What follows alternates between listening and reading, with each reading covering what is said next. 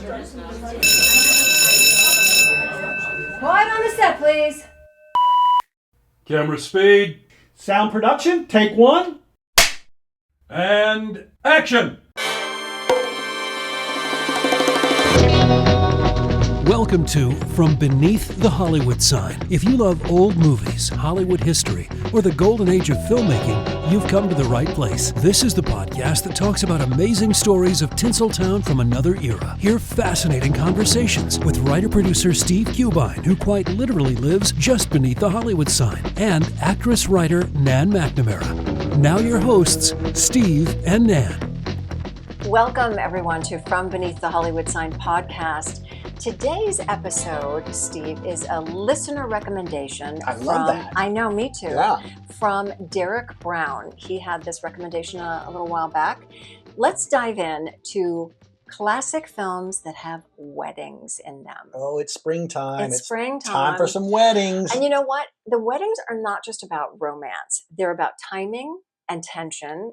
And sometimes there's total chaos involved. Yes. In today's episode, we're stepping into a world of whirlwind courtships, last-minute doubts, grand gestures that don't always go according to plan, from glamorous music-filled celebrations to sharp, fast-talking battles of love versus ambition.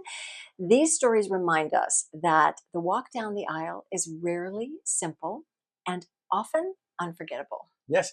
And and along the way, we're going to meet couples who fall in love against all odds, relationships that thrive even when there's wit and conflict involved, and also ceremonies that might just spiral into something else, something completely unexpected. Because in classic cinema, a wedding isn't just an ending, folks. There can be a twist, there can be a turning point, and there can even be a full-on rebellion. Right. So grab your bouquet, real or imaginary, and join us as we explore some of the most iconic, surprising, and delightfully complicated trips down the aisle that have ever been put on film. Right. I'm just going to dive right in. Okay. My first wedding-themed movie, and it's just such a great film that I don't think everyone knows about, but it's called Double Wedding, 1937. It's by MGM Studios. It was directed by Richard Thorpe. It was written by the great Joe Swirling. If you don't know this screenwriter, he's so great. He was Oscar nominated for The Pride of the Yankees. He also wrote Lifeboat for Alfred Hitchcock. He wrote Leave to Heaven. He also wrote some additional scenes for It's a Wonderful Life. Wow. And he's an uncredited writer on Gone with the Wind. So great pedigree. What a pedigree. I know, really, really great pedigree. Well, this particular movie, it stars William Powell and Myrna Loy. And the co-stars are great supporting cast. It's Florence Rice, it's John Beale, it's Jesse Ralph, it's Catherine Alexander, and my all-time favorite character actor, Donald Meek. Great movie. Him. Now, the synopsis is Charlie Lodge, who's played, of course, by William Powell. He is this charming but irresponsible bohemian artist, and he lives in a trailer, and he just kind of drifts through life without a care in the world. I mean, he doesn't really care about rules or regulation or social norms or anything like that. He just lives his life. Well, he meets his match in Margit Agnew, played by none other than Myrna Loy. What a name. Margit. I know, Margit. Margit. Well, Margit is this very serious, very uptight, very controlling businesswoman. I mean, she's a control freak, and she spends a lot of her time managing and dictating and controlling the life of her younger sister, Irene, played by Florence Rice. Okay. Yeah, I mean, she controls this girl to the point that she even handpicks her fiance for her. And she picks this guy who's this very sweet and wimpy guy named Waldo, played by John Beale. Well, Charlie Lodge ends up befriending Irene and Waldo, and he introduces them to his bohemian lifestyle, and he even convinces Irene that she should become an actress. Well, when Margit finds out about this, she goes ballistic. And so soon, she and Charlie Lodge are locked in this sort of fight over what's best for Irene. Well, the more they fight, the more they argue, the more they hurl insults at each other, we as pretty astute film lovers and watchers of cinema, we understand that this really means that they just have the hots for each other. I You know. know, I have one on my list like that yeah, too. they Yeah. just you can see right through all the arguments and all the Right. negativity. They love They each just other. they just have the hots for each other. Well, meanwhile, to complicate things, Irene has grown bored with the kind of lackluster fiance Waldo. Well, she fancies herself in love with the older, more exciting Charlie Lodge. So that complicates things a little bit. Well, Charlie decides to play along. So he professes his love for Irene, and he does it for a couple of reasons. One, he wants to irritate Margaret. And two, he wants to get closer to Margaret. But three, in his own kind of warped way, he sees this as a way to helping Waldo and Irene get back together. Oh, that's sweet. Yeah, so there's good reasons behind it. This all leads to this crazy chaotic wedding ceremony between Charlie and Irene that takes place in his little tiny trailer. And it's cram packed with every character you've ever met in this movie. I mean, there's the society lady friend of Margaret's, played by Jesse Ralph. And then there's these drunks from the local pub where Charlie hangs out. There's this bartender who immediately takes a disliking to Margaret.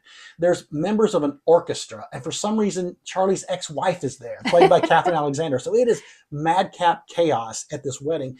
Well, soon, things kind of blow up and the party explodes and there's fighting and shoving and pushing, and Charlie keeps getting knocked unconscious unknowingly by Margaret in all this craziness. And then when all this is happening, Waldo shows up and he's drunk and he's got liquid courage. And so he goes over to Irene in typical me, Tarzan, you, Jane manner. He throws her over his shoulder and storms off with her. Oh, dear. Which thrills Irene because all she's ever wanted was for Listen. Waldo to show some backbone. Right. So She finally, be thrown over his shoulder. she got her way. Well, in all of this craziness, Margaret and Charlie finally admit that they have feelings for each other. Yes. But this is all before Margaret gets accidentally knocked unconscious by the minister, played by Donald Meek. And then Charlie gets knocked unconscious when an Oscar statue falls off of a shelf and bonks him on the head. Okay. And it's just such a crazy, fun movie. And the whole Oscar bit at the end, you don't see it coming and you're wondering, why is there an Oscar in his trailer? Yes. It was sort of an inside joke that the director, Richard Thorpe, did because the year before, William Powell had been nominated for an Academy Award for My Friend Godfrey, but he lost. A lot of people thought that he should have won. So this was sort of Richard Thorpe's way of making sure that William Powell finally got his Oscar. He got it on the head. Yeah. So that was it. Well, the movie, there's so many great things about it. Well, first of all, it was the 7th of 14 films that Myrna Loy and William Powell did together. That's amazing. Such a partnership. Well, the year before, Myrna Loy made another film that was just bombed at the box office. So MGM quickly reteamed her with William Powell, hoping to reignite the magic. Well, clearly it worked. This movie was very successful. It was a box office hit. Critics loved it. So it did really, really well. Now, the only negative thing about this movie, and it's off camera, I think the movie is marred down with the sudden death of William Powell's girlfriend that happened during the making of this film. And this is when Jean Harlow died. And, William Powell was devastated, as was Myrna Loy, who had grown to be really close friends with Jean Harlow. So they actually had to shut down production for several weeks so that William Powell and Myrna Loy could grieve. That's the only unfortunate negative slant to this movie. Otherwise, it is the most delightful screwball comedy you've ever seen. If you haven't seen it, check it out. Yeah, that's a great choice. And we touched on Harlow and Powell in our couples episode. It's such a tragic story. Well, I'm going to start with one that is set against the backdrop of one of probably the most famous wedding, at least in the 20th century, maybe. That would be Royal Wedding, 1951, directed by Stanley Donen, written by Alan J. Lerner, who I know we think of as more writing music, but he wrote the screenplay. It stars, of course, Fred Astaire and Jane Powell as a brother and sister act who are invited to perform in London at the same time that the future Queen Elizabeth II, then princess, is being wed to Philip. Now, Astaire and Powell's characters, they're pretty committed to being single. She likes to date a lot of different guys, none of them seriously, and Astaire pretty much the same. But while in England, Astaire and Powell develop love interests in two English folks. Now, Powell with Lord John Brindale, who's played by Peter Lawford, and Astaire with a dancer in their company, Anne Ashland, who's played by Sarah Churchill. Did you know that she is the daughter of Winston Yes, I Churchill? did. That's Yes. Isn't amazing. that crazy? Yeah. Yeah. Well, when the film was released in England, it was actually retitled Wedding Bells because people didn't want them to think it was a documentary about the, about the wedding. About Queen Elizabeth's wedding. Yeah, which I thought was so funny. That is funny. And the story is loosely based on the real life partnership of Fred Astaire and his sister Adele, who were a dancing duo. Adele broke up the brother-sister act when she married Lord Charles Cavendish, son of Victor Cavendish, aka the Duke of Devonshire, just in case you're following all of that family tree. More royalty. Yes. Well, Adele ended up retiring in 1931. Fred Astaire made his film debut in 1933. So the two of them were never pictured on screen together. It was actually the only time that Astaire's screen character was partnered with a sister. Now, originally, June Allison was supposed to play Fred Astaire's sister, but Allison left the project within weeks when she discovered that she was pregnant. And then Judy Garland was asked to fill in. Now, she was on her third week of a promised 8-month vacation when she got the call to come in and fill in for June Allison. She reluctantly returned to the studio, but it was clear after rehearsals that she was in no shape. So she was fired. And then Jane Powell took over the role of Ellen Bowen. Ironically, towards the end of filming, Powell found out that she was pregnant as well. Oh.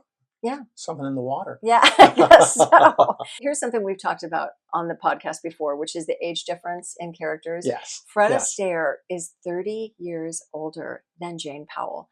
All I can say to that is, thank God that they were not romantically linked. Which I'm surprised they weren't. I know. I mean, a lot of people are kind of snarky and say, well, he should have been her father, which, you don't notice it, but if they had been romantically linked, that would have been a little creepy. Yeah, a little bizarre.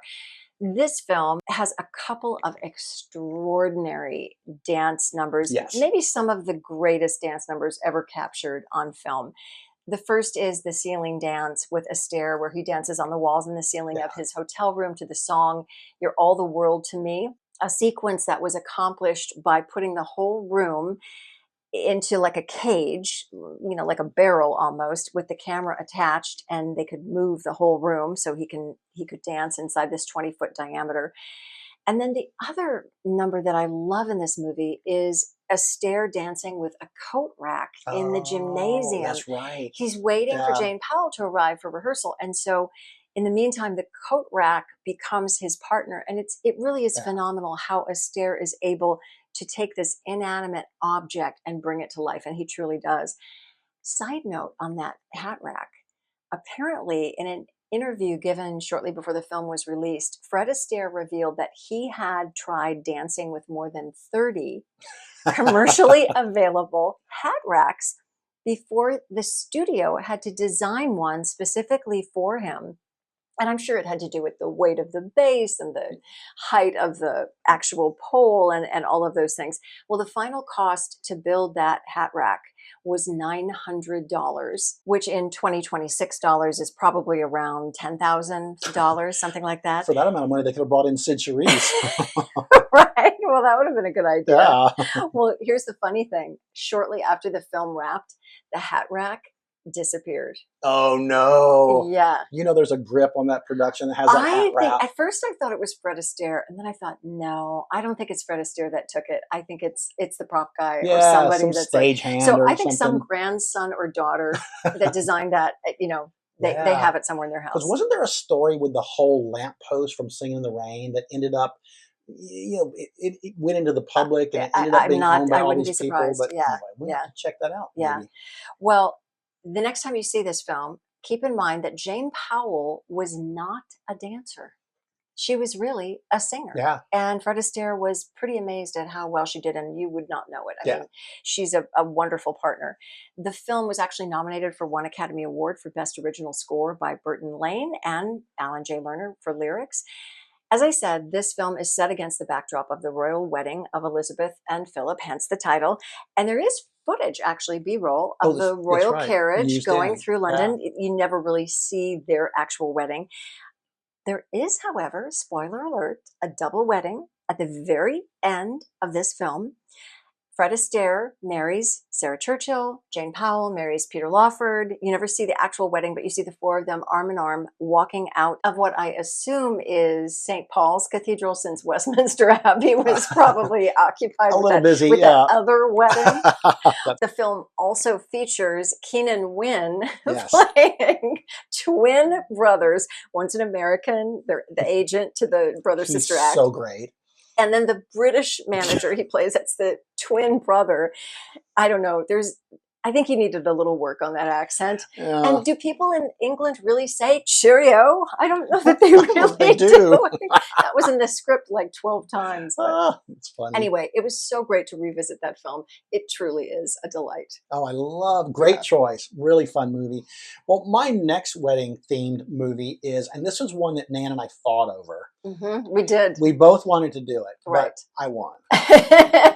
Only because I'd started earlier. And of course, it's the Palm Beach Story, Such a good 1942, written and directed by the great Preston Sturgis.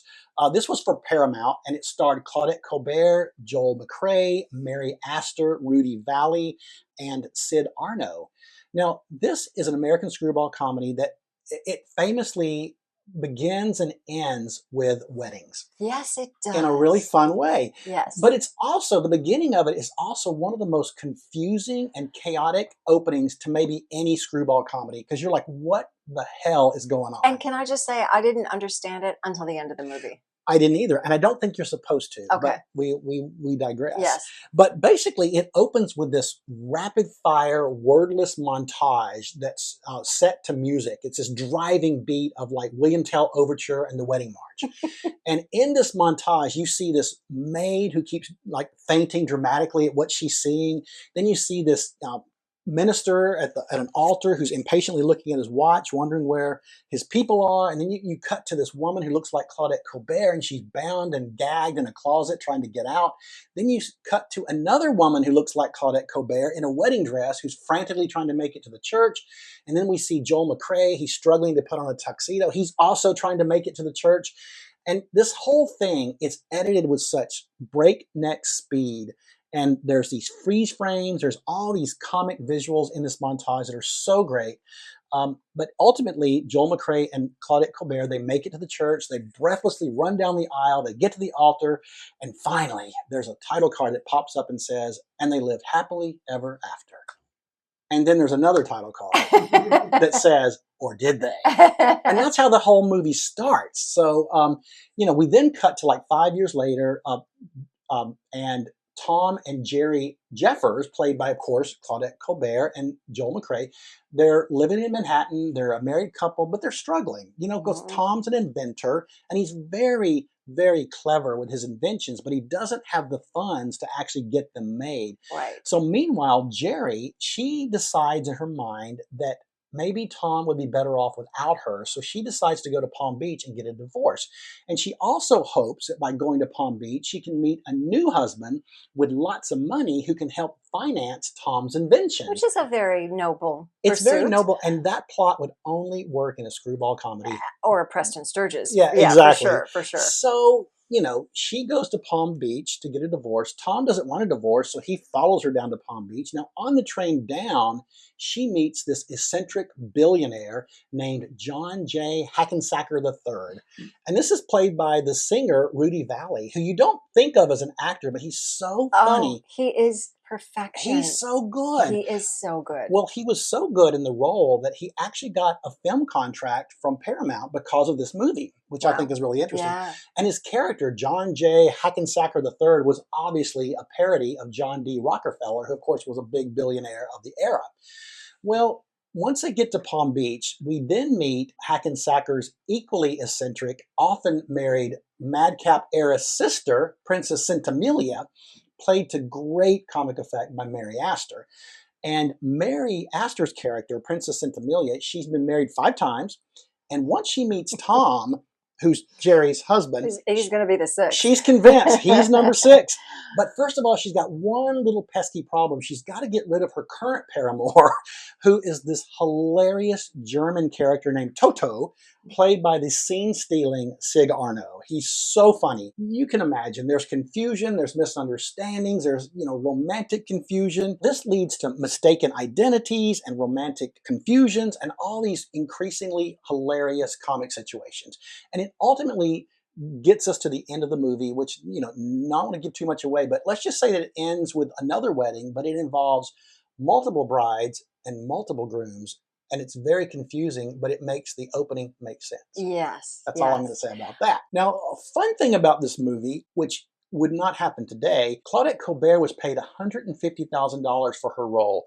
Joel McCrea, he only made 60 grand. Wow. So things have changed quite a bit, I would say. Yeah. And also, the part of Jerry that Claudette Colbert played so beautifully, it was originally meant for Carole Lombard, but of course she had died tragically in a plane crash, and Paramount had to recast with Claudette Colbert. And another fun thing about this is Preston Sturges makes an Alfred Hitchcock-like cameo in the movie. There's a scene where Rudy Vallée and Claudette Colbert are walking down the pier, and there's this bevy of men who are carrying all of her luggage, and the lead guy who's carrying the luggage has got a mustache and sunglasses on. That is Preston Sturges. So I like that he's a little cameo there. I do too. And also on this film, Preston Sturges and Mary Astor really, really clashed. Because, Mary Astor, we all know, is a brilliant actress, but she couldn't quite get that Preston Sturges rapid-fire dialogue down. And he wasn't very sympathetic and he wasn't very helpful. So they really, really clashed quite a bit on this. I find that fascinating because she was... I was surprised at how wonderful she was. No shade against Mary Astor, but I mean, she nailed it. Well, that's my whole point is if you look back at her performance, it's hard to believe she ever had any issue with it. No. She's just like rat-a-tat-tat-tat-tat. And you completely, she's not a likable character on the page, but she's so likable. You love her. Yeah, you do. You absolutely love her. She's this funny, daffy woman. So it totally works. So Yeah. whatever fights they had, it was worth it. Yeah, I agree. I also think I would love to go on that Rudy Valley shopping trip. Yeah. Because Claudette Colbert ends up with a whole new wardrobe. Yes, she does. I want someone to take me on that. Yeah. Well, before we get into the next 3 movies that we want to talk about, it's time for this week's Hollywood Pop Quiz. The pop quiz question today is, what is the highest grossing classic film pre-1970 that has a wedding theme? Oh, I think I know what this one is. Actually, I'll take any of the top 5. Okay, any of the top 5. Well, you're so generous today. I'm feeling it. We'll be right back with that and more about wedding-themed classic cinema after this. Steve and Ann will be right back, but first another stop on the Hollywood tour. Continuing this week's storyline about weddings, costume designer Helen Rose is widely considered to have created the most iconic wedding dresses in classic Hollywood cinema. You probably remember that stunning wedding dress that Elizabeth Taylor wore in 1950's Father of the Bride. Rose designed that wedding gown for Taylor, but that's just part of the story. Believe it or not, Taylor's first real-life wedding to Conrad Hilton was coordinated with the release of that film, and Taylor wore a Helen Rose design for both the film and her real-life ceremony. Helen Rose also created the wedding gown for Grace Kelly in High Society, 1956, and the gown she wore in her real-life wedding to Prince Rainier of Monaco. That was the wedding of the century. No expense could be spared for a spectacle of that magnitude. It was even filmed by MGM to be preserved for generations to come. And get this, that wedding gown was a gift from MGM. It was handmade by Rose and 30 seamstresses in MGM studio workshops working around the clock. It took them over a month. The gown was made of 300 yards of antique Belgian lace, 150 yards of silk, taffeta, and tulle. And for Grace's something blue, Rose also placed small blue bows down the back of Grace's skirt. The dress, not surprisingly, was stunning, as was Grace Kelly. And because that's how Miss Kelly rolled, Princess Grace donated the dress and her veil to the Philadelphia Museum of Art, where it remains on display to this day. Oh, and one final note, that dress is worth an estimated $623,000 today. And now back to Steve and Ann from Beneath the Hollywood Sign. Hey everybody, welcome back. Today we are talking about famous wedding movies. But before we get further into it, I want to give a shout out to our special listener of the week. And this week we are honoring Paula Nichak. I hope I said that correctly, Paula. But Paula, she wrote us a really wonderful letter, and she once worked as an assistant manager at the Harvard Exit Theater in Seattle, Washington. And she got to spend time with Robert Duvall, who was there to promote his directorial debut, Angelo, My Love in 1983, which is such a great story, such a great opportunity. You got to hang out with Mr. Duvall. But Paula, thank you for all the likes, Wow. all the encouragement. We really appreciate you, and you are our listener of the week. Thank you, Paula. Well, the next film that I want to talk about is just a delightful movie. It's called I Was a Male War Bride. I love this movie, by Yeah, the way. it's a Love great it. film. 1949. It's directed by Howard Hawks, written by Charles Lederer, Leonard Spigelgass, and Harger Wilde, from a story by Henry Rochard. Now, it's set in post-World War II Europe, and French Army Captain Henry Rochard and U.S. Army Lieutenant Catherine Gates, they're both stationed in Heidelberg, West Germany, and they're played by the delightful Cary Grant and Anne Sheridan. Now, they had been teamed, the two of them, on these missions that they had in post-World War II. And we learn that these previous missions are fraught with tension between the two of them. You brought up the tension between Sexual Myrna Loy tension. and Yes, yeah, yes. you kind of know right away that these two are probably going to end up together. Well, the current mission that they're assigned, it's no exception. The film begins with them desperately trying to get out of being teamed together. But when they head off together to track down, the mission is to track down some German scientists, their cross-country escapades are thwarted by a number of mishaps, including, just as an example, Cary Grant has to ride in the sidecar on a motorcycle, which is driven by Anne Sheridan, which I gotta say, either that was excellent stunt driving that matched her exactly, or that woman knows how to drive a motorcycle. Hey, I would not put it past Anne Sheridan. I mean, she was amazing. Well, ultimately, the two of them, of course, fall in love, Of and course. they want to get married. And this is sort of where the second half of the movie takes over, because it starts this bureaucratic nightmare.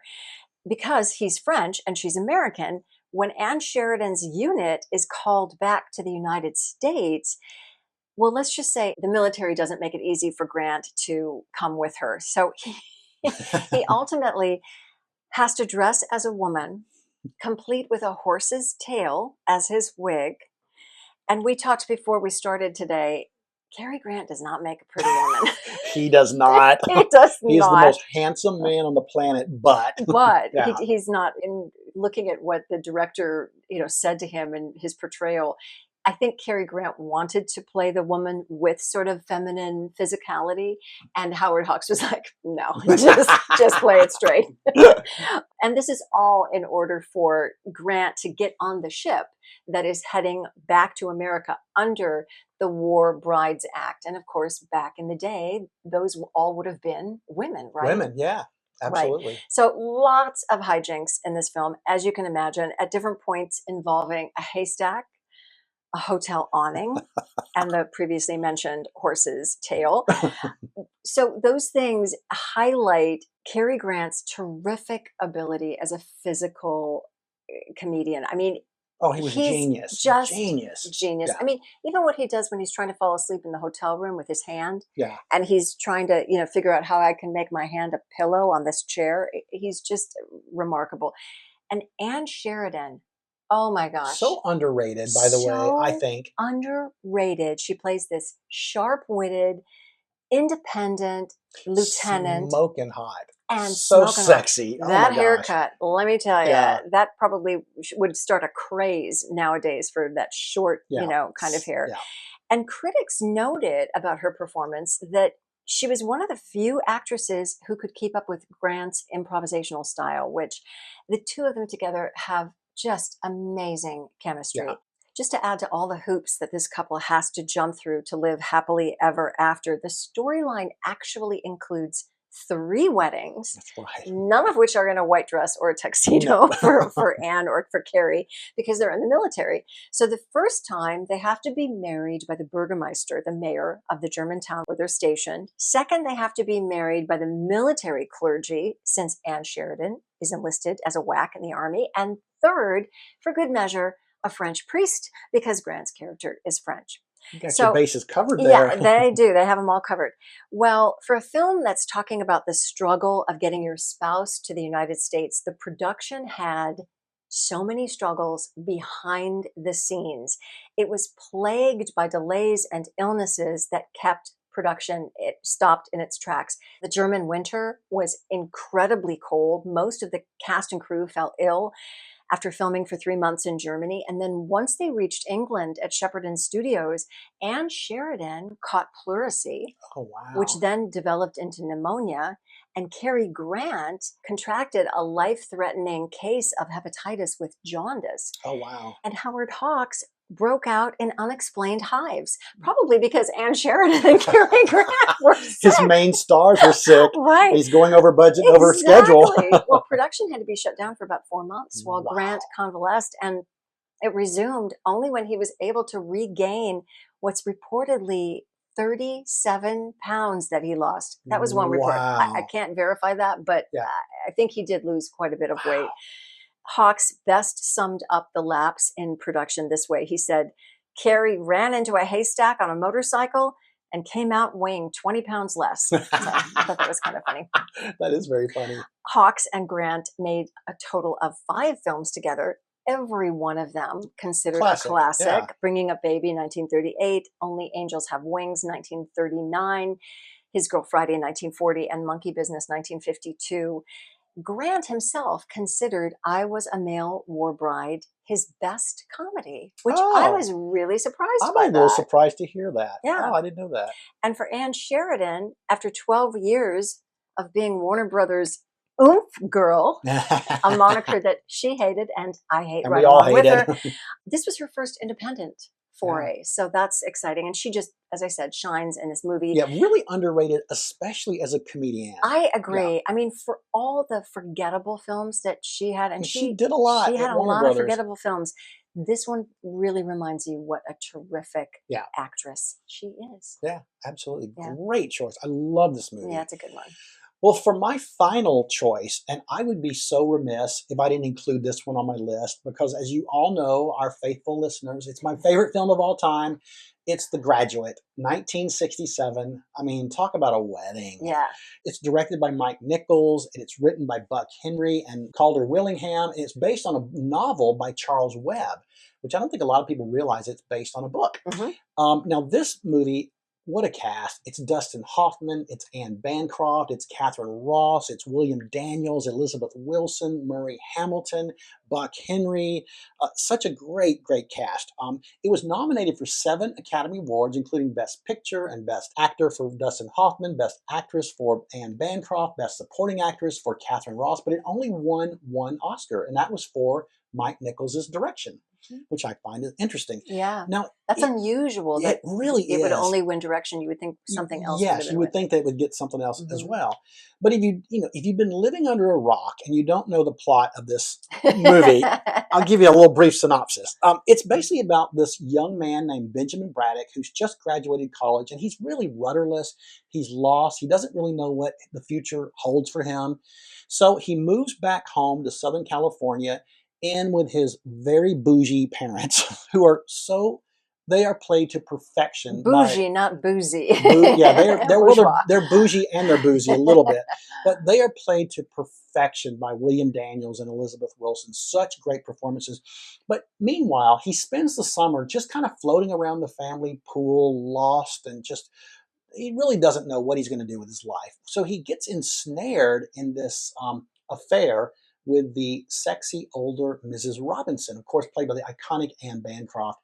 And Mrs. Robinson, she is the very unhappily married wife of his father's business partner, played by Murray Hamilton. Well, this relationship, this affair, it leaves Benjamin really feeling empty and feeling unfulfilled. And, he doesn't really get over that until he actually finds true love. The only problem, he finds true love with Mrs. Robinson's daughter, the beautiful Elaine, played by Catherine Ross. So you can imagine the complications there. Cue up the Simon and Garfunkel soundtrack and, slide in, behind the wheel of your Alfa Romeo and, get ready for a romp through the manicured lawns and the sparkling pools of upper middle class malaise, because that's what The Graduate is. And then it culminates in maybe the most iconic wedding scene ever committed to film. You can't see that even if you just see a flash, Yeah. but not know what that's from? You know, because of course, if you don't know, of course, Benjamin storms into Elaine's wedding and he basically steals her from the altar and they go off together.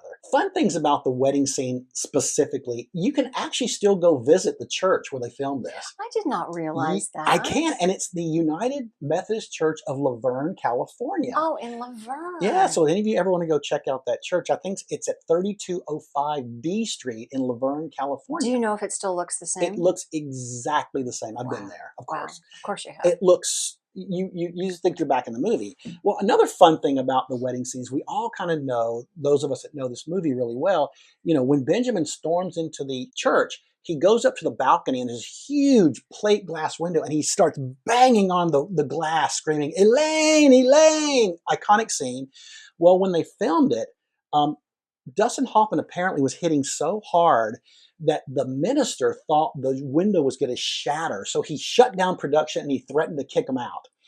So a Oh. compromise had to be made. And so Dustin Hoffman agreed that he wouldn't hit it with his fist, he would hit it with the palms of his hands, Okay. which really caused this really happy accident because by hitting it with the palms of his hands, it gave him this Christ-like imagery that critics think was totally planned by Mike Nichols and was Oh so my symbolic gosh. and Oh, brilliant. yes. But it really was just so he wouldn't get kicked out of the church. That's amazing. But I love that. And another fun thing about the wedding scene is, as you know, once he steals Elaine from the altar, they hop on a bus that's passing by and they go to the back of the bus. Mike Nichols played with them a little bit and said, I'm not going to tell you when I'm going to stop the camera. So just get on the bus, go to the back, stay in character. Well, Catherine Ross and Dustin Hoffman, they do exactly that. But when they finally settle at the back of the bus, once the exuberance and the adrenaline from the dash from the wedding wears off, this myriad of emotions washes over both of their faces. And it ultimately ends with this look of, oh my God, what now? What have we done? And it sort of leaves this very ambiguous and wonderful ending that's still debated by scholars and film students to Mm-hmm. this day. Will Ben and Elaine live happily ever after, or will they basically just repeat the patterns of their very unhappy parents? Mm. So I love that another happy accident that caused, you know, such an iconic Yes. moment in film. Yeah. I love that. I love that. I do think that when there is silence and we're just watching characters live and breathe, Yeah. we kind of put what we think on top of it, Yeah. right? And that's the beauty of it. Yeah. You get to sort of place on them what Yeah. you're feeling. What you think. Yeah. Yeah. Great film. I want to see that again. Well, my last film actually has two weddings in it. And it's Woman of the Year, 1942, directed by George Stevens, written by Ring Lardner Jr. and Michael Kanan, who was the brother to Garson Carson Kanan. came in, yes. Sir. Nominated for 2 Academy Awards, including Best Actress for Katharine Hepburn. This would be her 4th nomination at the time. She would go on to be nominated, 12 times and win 4 Oscars. And the film actually won an Oscar for Best Writing and Original Screenplay, which it absolutely deserved, aside from a couple of racial slurs, which today, through our lens today, are really cringeworthy. Aside from that, it's a very, very funny script. The character of Tess, played by Katharine Hepburn, is modeled after an actual journalist, Dorothy Thompson, who then was considered, along with Eleanor Roosevelt, one of the 2 most influential women in the United States. And there's actually a joke about that in the film. So, brief synopsis. I think most people have seen this film. Katharine Hepburn plays, as I said, Tess Harding. She's a political journalist, although back in the day she'd be called a career woman, which is such a horrible phrase. I know, because it has such negative I connotations. know, right? Oh, she didn't marry and have children. She's a She's a career career woman. woman. You can't have both. She's on a first name basis with leaders all over the world. And Spencer Tracy plays Sam Craig, a sports journalist who is a writer at the same newspaper as Tess. Well, when Tess makes some disparaging comments about baseball during a radio interview, it begins a feud between the 2 writers, and they each write columns disparaging the other. Well, the editor decides we got to put an end to this, calls them both into his office.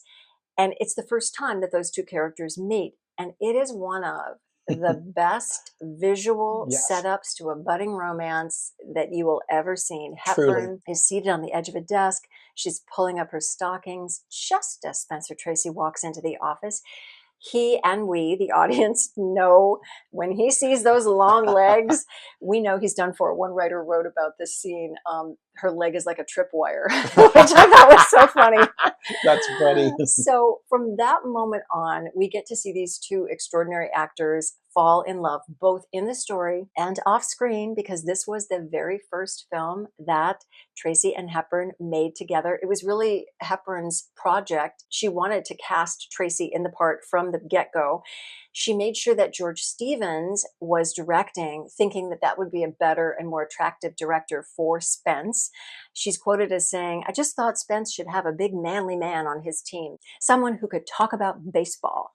Well, both Hepburn and Tracy were huge MGM stars at the time of the film, and their star power is so on display. Watching this film again recently, you really see how magnetic the two of them are. I think for me, you start to take for granted Spencer Tracy and Katharine Hepburn together. You just kind of go, oh yeah, they're great together. But when you see this movie, you are truly reminded of how brilliant they are together and how explosive. You can't create chemistry. You You can't. can't create it. You It's just there or it's not. can't. And God, they had it. Yeah, they really did. And in the film, of course, the two characters they're playing are absolute opposites. They quickly get married. I mean, it's a pretty quick romance. And it has to be a quick ceremony because Tess's busy schedule and her father, who's attending the wedding, he also has a very busy schedule. Sam, poor guy, at the end of the wedding, he ends up toasting himself because there's nobody there to toast. So as the two characters try to blend their lives together, it becomes clear Katharine Hepburn's character, she's pretty self-absorbed. Her career pretty much takes precedence over everything, even though you know she does love Sam. But when she adopts a young Greek orphan boy without discussing it with Sam, I'd say that's pretty much the last straw. I think if Lindsay came home with a child and didn't tell me about it, I'd kind of be like, oh my gosh, can you imagine? Yeah. Well, Sam moves out, and that's when we experience the second wedding, which is her father's character, played by Minor Watson, marries Ellen Whitcomb, played by the great Faye Bainter, Yeah, love her. who's another career woman, Yeah. and she's never been married. And when Hepburn's character attends the wedding and she really hears those wedding vows for the first time, she realizes what a mistake she has made. Such a beautiful moment. The realization on her face. And, you know, one of the things that critics have said about her performance in this is she can have some sharp edges in some of her roles, and there's nothing wrong with sharp edges. But in this, she has not only sharp edges, but she also has this beautiful vulnerability. And that scene in particular, Yes. she just, it's all on display. Yeah. She realizes what he means to her, and she wants Sam back. And that brings us to the final scene of the film, which many people take issue with, because what she does to get him back is she decides to give up her career and prove to him that she can be the housewife, and she makes him breakfast. I'm cringing already. It's very cringy. Now, the breakfast making itself is really kind of fun. It's funny. It's very funny. Watching Spencer Tracy watch her is hysterical. The ending I would have preferred, and I think they originally shot, is they compromise, and she keeps her job and he has his job, and they figure it out and they work out, how can we, do this together still. But in this new ending, they tested that ending, and apparently people didn't like that in the day. They wanted her to get her comeuppance, I guess, and wanted her to be the housewife. And so at the end of the film, she does say she's going to give up her career. I like to think, though, that maybe 3 months later, they decide that. Oh, she so went back to work. No, she had to go back to work. She's too brilliant to not be a part of the conversation of world politics. I just wanted to highlight what she does physically in this film. There's a scene where Spencer Tracy takes her to a ball game to show her what baseball is all about. And she starts out with this big hat, and there's a guy behind her, and he's wonderful. And he's like, come on, leave. Well, by the end of the game, she has changed her position physically. So she's practically on top of Spencer Tracy, and she's pals now with the guy behind her. And she does it all with her physical body. It's just amazing what she's able to do. And as much as I love Spencer Tracy, I've kind of never considered him this sexy leading man. Does that make sense? Makes complete. He's very fatherly. He's kind fatherly. Yes. His performance in this movie is simply dreamy. He is so sexy. When he kisses her, it just melts your heart. he crafts this beautiful transition out of that when he realizes the marriage can't work. I mean, it's really a heartbreaking, Yeah. multi-layered performance. He is really wonderful. It's a much deeper movie than you think It on the is a surface. much deeper movie. Yeah. Yeah. Yeah.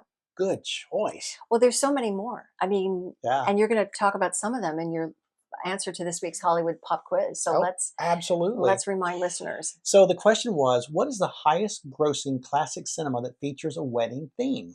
Okay. I immediately went to one that was on my list, the long list of what we were going to talk about, which is Sound of Music.